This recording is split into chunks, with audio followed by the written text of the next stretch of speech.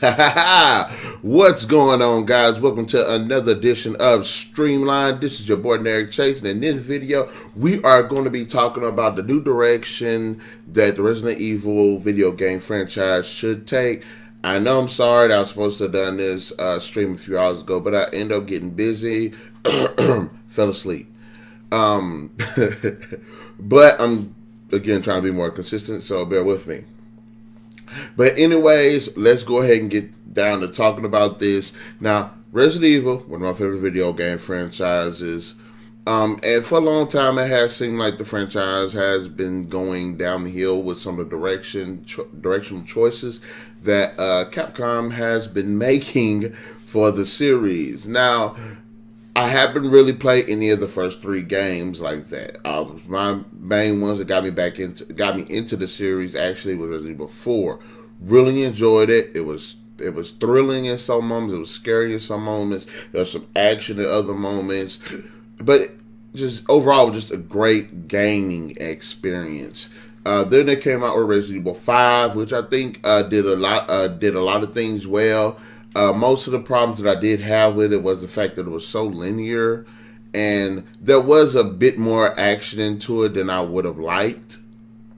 But I did like the co-op. I thought the story was actually interesting, and I thought it was a great gaming experience as well. Then we come out with Resident Evil 6, and I was on the fence on it. True, in certain parts of the game, there is some great Resident Evil moments in it. Specifically when it comes to Leon's campaign, with the whole campus being overrun with this virus in a small town, as well as the city that you're in. So that gives you that Resident Evil 2 and 3 feeling, which I really enjoyed, especially how slow paced it is and kind of the build up of it. But there's and also even with Chris Redfield's, where it's the BSAA going against the BOWs, and I love the way that they took that direction, because it took it from a civilian point of view, and they took it from a more militaristic point of view, and I like both of those. The Jake campaign was a bit more. It was way too much action than I would have liked in a Resident Evil game. True, the Ustanok would have been a great cat and mouse game for stealth and sneaking around and trying to get away from this creature. But the way that the game utilized all that action and stuff was terrible. Didn't like it. Also with Ada's, too much action. Yes, it would have been cool to see, just for her to be sneaking through the background and assisting the characters here and there. But overall, just way too much action. Way too much just the whole shoot 'em up thing that nobody really wanted and nobody really liked in this. And I can say, hey, I completely understand. But having said that, let's keep the conversation going. I hadn't played Resident Evil 7 yet. There were some things I've heard about it, such as the atmosphere of the game and the interesting story and characters. But there are also other elements of the game, such as the story and the characters, and some little loose ends here and there within the gameplay mechanics and everything. They kind of bring it back to the original games, as well as introducing a lot of new elements, such as the first-person shooter, which I don't really mind, because there have been other Resident Evil games that were first-person shooters. Just like there were other ones that weren't completely like full over the shoulder third person. But then I ended up going back and buying the first three games, as well as the Zero remake and the first game remake. And I have to say, I was thoroughly like creeped out in certain areas due to the atmosphere, especially the music, and just the way that the BOWs and zombies just came at you, and how you had to conserve ammo. I honestly really enjoyed it. I really did enjoy that experience. Did I beat the games? No, not yet. But I'm going back to that. But I wanted to talk about the next stop for the Resident Evil franchise, and I think that for people that, especially, and I think this is where it's getting most of the flack from, that I don't like, that I can't agree with and not agree with. I'm a long time fan of the Resident Evil games. Not every game, but I'm a pretty good fan because I play Revelations 1 and 2, and I enjoyed it. Um, my biggest problem with the new series is kind of the fact that it feels very repetitive in certain aspects. I love Leon, Chris, and Jill, and Ada, but not. And I know a lot of fanboys aren't going to like this because one of the complaints is you can't have a Resident Evil game without one of the main characters in it. Yes, you can. That's how the first game jumped off with characters you didn't know in a situation that they had no idea was going on. I think for the most part, bring in new characters. Don't bring in any of the old characters. That's one thing I know one of the biggest gripes people had with 7 was there was no the original cast. There doesn't need to be in the original cast. You are in a world, a planet with billions of people. Not every single time a outbreak happens, BOWs are involved. The main cast are going to be in there. That doesn't make any sense. And I do think to some extent, some of that, usually when games like this kind of jump off in that way, I do think that's a problem. Let's go back to Resident Evil 6, what I was saying. If the original, like if you're going to go with the whole Leon campaign, if the game would have solely focused on Helena trying to deal with this situation, okay, yeah, it would have been better because Leon is going to be in all of these games all the time, and they're going to train. But I'm going to keep talking. But, I think it actually would have been better had Leon not even been in the story because of Helena's character. Yes, what I'm saying, she's kind of a government official, I believe. But it's like, she has to deal with this. It's not somebody that's basically a veteran. There's literally there's no reason a new Resident Evil game should come out with any of the other characters in the original cast in it. Because by this time they're veterans. It's like, so what can happen that they can't handle at this point? Resident Evil 4, I think, Resident Evil 4 and 5 emphasized it the most. What happened? Leon Kennedy went to this village to go save this girl from this cult. And the dude's a badass. You can't take that away from him. And in that game, he wasn't shocked at the stuff that he saw. He wasn't surprised. He wasn't thrown off. The man was a veteran. He's been in a couple of games. There's really no reason for him to have been scared. He knew what to do. He was calm and all of that stuff. When you watch Resident Evil, or you play Resident Evil 5, the same thing. Chris at this point is a veteran, so he knows how to deal with BOW. So it's like, you cannot bring those same characters into this. Just like when you watch Dragon Ball Z, and you realize that every major bad guy, Goku has to defeat them. But the problem is, it would be a lot more interesting seeing these other underpowered characters in this universe have to deal with this situation. It's like, you can't keep doing that. I'm a fan of Halo, but I love the Master Chief and Cortana, but I know there is no way in hell every time some major event jump off, they have to be involved. Doesn't make any sense. So if you're going to come up with a good Resident Evil game, you need new characters, and you know what I'm saying. Even with Leon, Chris, and all of them, you don't know much about their characters like that. None of the games really introduce stuff like all of those interesting tidbits to their personality. Yes, they're awesome characters, but you don't know much about them. There's no dialogue about where they grew up and stuff like that. You know what I'm saying? But I think this is more towards the fans of the original games. They need to take a step back with all of this. I want to see my favorite character in these games, because I think that actually is harming this. It's harming it from telling new stories. It's harming it from introducing new characters. And it definitely needs to settle down with that, because the games could go in a great new direction, especially with me personally. I would love to see them take that part of 6 where Leon is on the school campus. It gets infected. How about actually focusing on students having to deal with that? It makes more sense. The little part where you're in the town and the town's being overrun with zombies. How about you focus on the family trying to escape that? That'd be a great story. You know what I mean? So that's the point. you're taking away potential and settling for what you know people want. And this is one of those moments I'm like, don't listen to the fans. The fans know what the hell they want. If you introduce the same thing, they're going to complain. If you introduce something new, they're going to complain. So if you're going to introduce, they're going to complain. Go ahead and try to evolve the series. And I'm kind of like this too. I'm also on this too with the BOW creatures. One thing I did like about 6, they had some really awesome creatures in it. The Huevo I thought were pretty cool. I mean, who in the hell thinks of a creature or bad guys with an infection that no matter what kind of way you attack them, they evolve into, they adapt to that during the evolution and the attack. Shoot them in the arm. Their arm can take four or five different forms, depending on, the situation. The stretchy arm one, the little one where they whack you, the shield.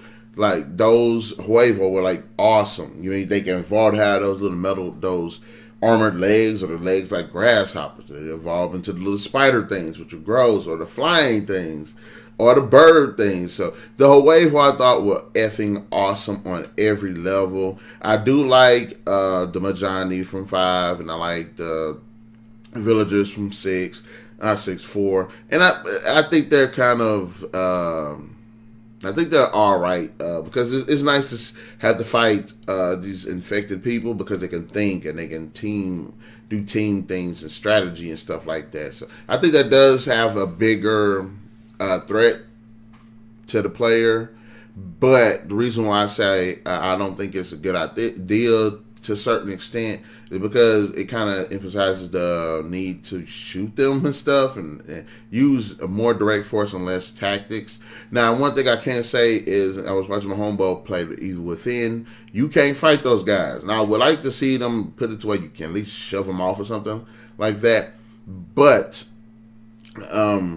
you should be able, it should be to the point where it's like you have to be less direct in some aspects and more sneaking around and stealth.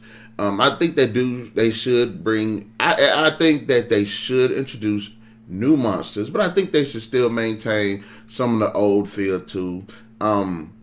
Resident Evil 4 introduced a lot of new concepts. Some of them felt like it wasn't in the same universe. I mean, yes, the parasites were pretty cool, and then you got this guy who's controlling them. It's like, where did that come off from? But you know what I'm saying? It's Resident Evil, and some of the storytelling does make it work. Same thing with 5 with the whole Ouroboros thing, and 6 with the chaos thing. 6 probably felt the most like our original Resident Evil game because of the zombies. But they also brought in new elements. The Huevo, those big weird things that look like hulking mutants that beat their chests and stuff. The crystal thing people got turned into, but most specifically the zombies. And the way that they utilized the zombies in that game was actually probably the best that I've seen in the series.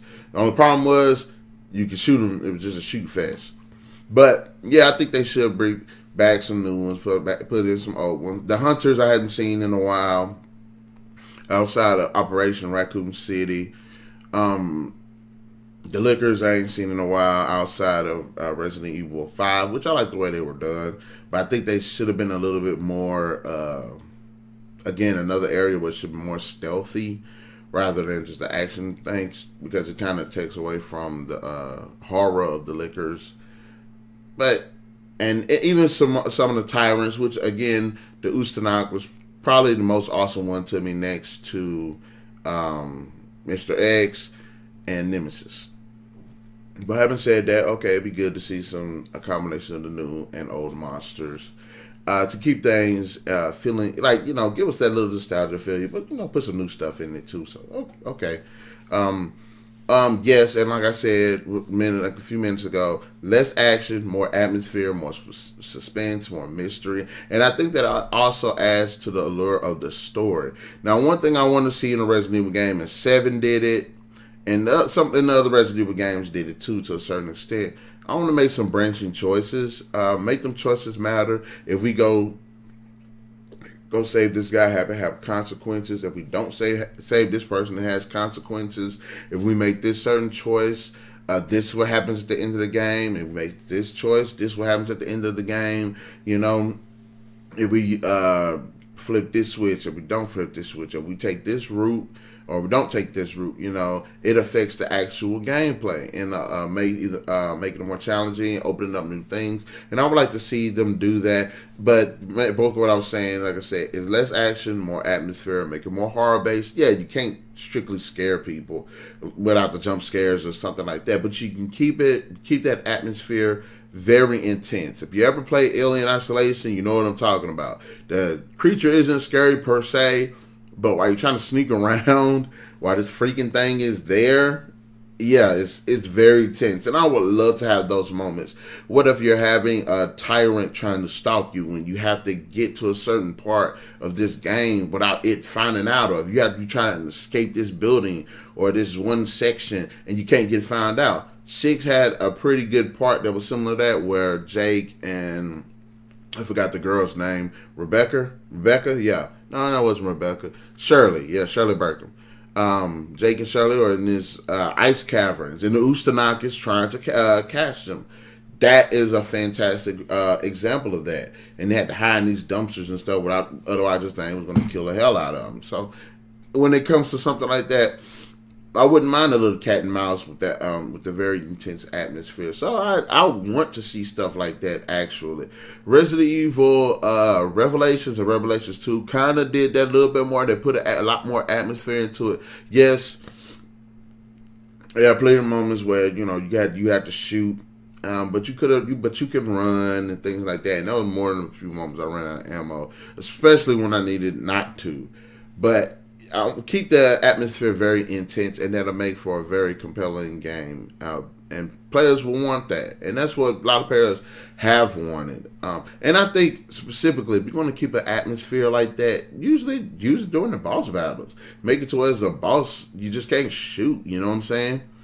What would happen in Resident Evil 4 if Leon was trying to cross that lake and that big monster, he had to do it in a certain way, otherwise the big monster would attack him. Maybe if he rode too fast, it would get his attention. Maybe if he didn't sneak right, it would get his attention. You know what I'm saying? Like maybe that's a boss you couldn't fight. What about in Resident Evil 6 when you had to fight, or even 5 or 6, we had to fight the giant monsters. Maybe, and even in 6, it kind of did it where you're in the sewers and then the giant monsters busting holes in the ground trying to find you. Like, that was a pretty good example of atmosphere. But you see what I'm saying? It'd be nice to have a bit more of the atmosphere. In fact, Revelations 2, one of my favorite parts, where it's kind of scary, is when you're in the forest with the little girl, burying the little girl, and it's dark, and these things are out there, like, they're like, ew. I forgot what they're called. They're kind of like Ouroboros, but they're like a bunch of dead bodies put together. Like that part. Atmospheric. It was great. And lastly, I would like to see Resident Evil be more of an open world game. If it's, again, on the campus, full access to the entire campus, maybe not everything, maybe it's too much of a zombie presence over here, or BOWs waiting in the shadows over here. If it's a city, same thing. Maybe there's too many zombies in the area, too many BOWs. Maybe there's something that you can't, there's a door you can't get through, or something you have to get around it. Maybe with the fire escape or something. If it's a mansion, same exact thing. Certain doors are locked, certain switches open up other doors, unlock other ones. Like, open world, full access. And I think we need to go ahead and go with that at this point. Because that's what made me mad so much about 5 and 6. It was so linear. It should be an experience where, if you want to do the puzzles, fine. I know puzzles are a big thing in Resident Evil, fine. But I want the open world aspect. And I also, in that open world aspect, I want it to be a very challenging and stealthy game at that, too. That also will help with the stealth elements. Because if I can't fight my way through a horde of zombies, and there's literally no reason you should be able to fight your way through a horde of zombies, you have to sneak around them. If you can't go around them, go under them. Can't go, you know what I'm saying? Go over them. Yeah, but you just can't go through them like that. And also that thing I think that'll help make for like epic boss battle. Say if it's like a tyrant type character that's chasing you, you know, the open world, you just like there's plenty of places you can go and to escape. You know what I mean? But open world game, full access works, and there's no reason it shouldn't be. You had games, what's like the Division. You got Grand Theft Auto. You got Saints Row, Fallout 4. What's the I can't remember the Chinese one, the Chinese game. Sleeping Dogs. There's really no reason why you shouldn't have an open world city Resident Evil game at this freaking point. But anyways, in the comment section below, guys, let me know your thoughts about, you know, the direction or the next style for the Resident Evil games and what you would like to see. And if you agree with any of my points, also be sure to hit that like, share, subscribe, and that notification button to get the best of what's going on here on the Never Chase channel. And into the next video, guys. Catch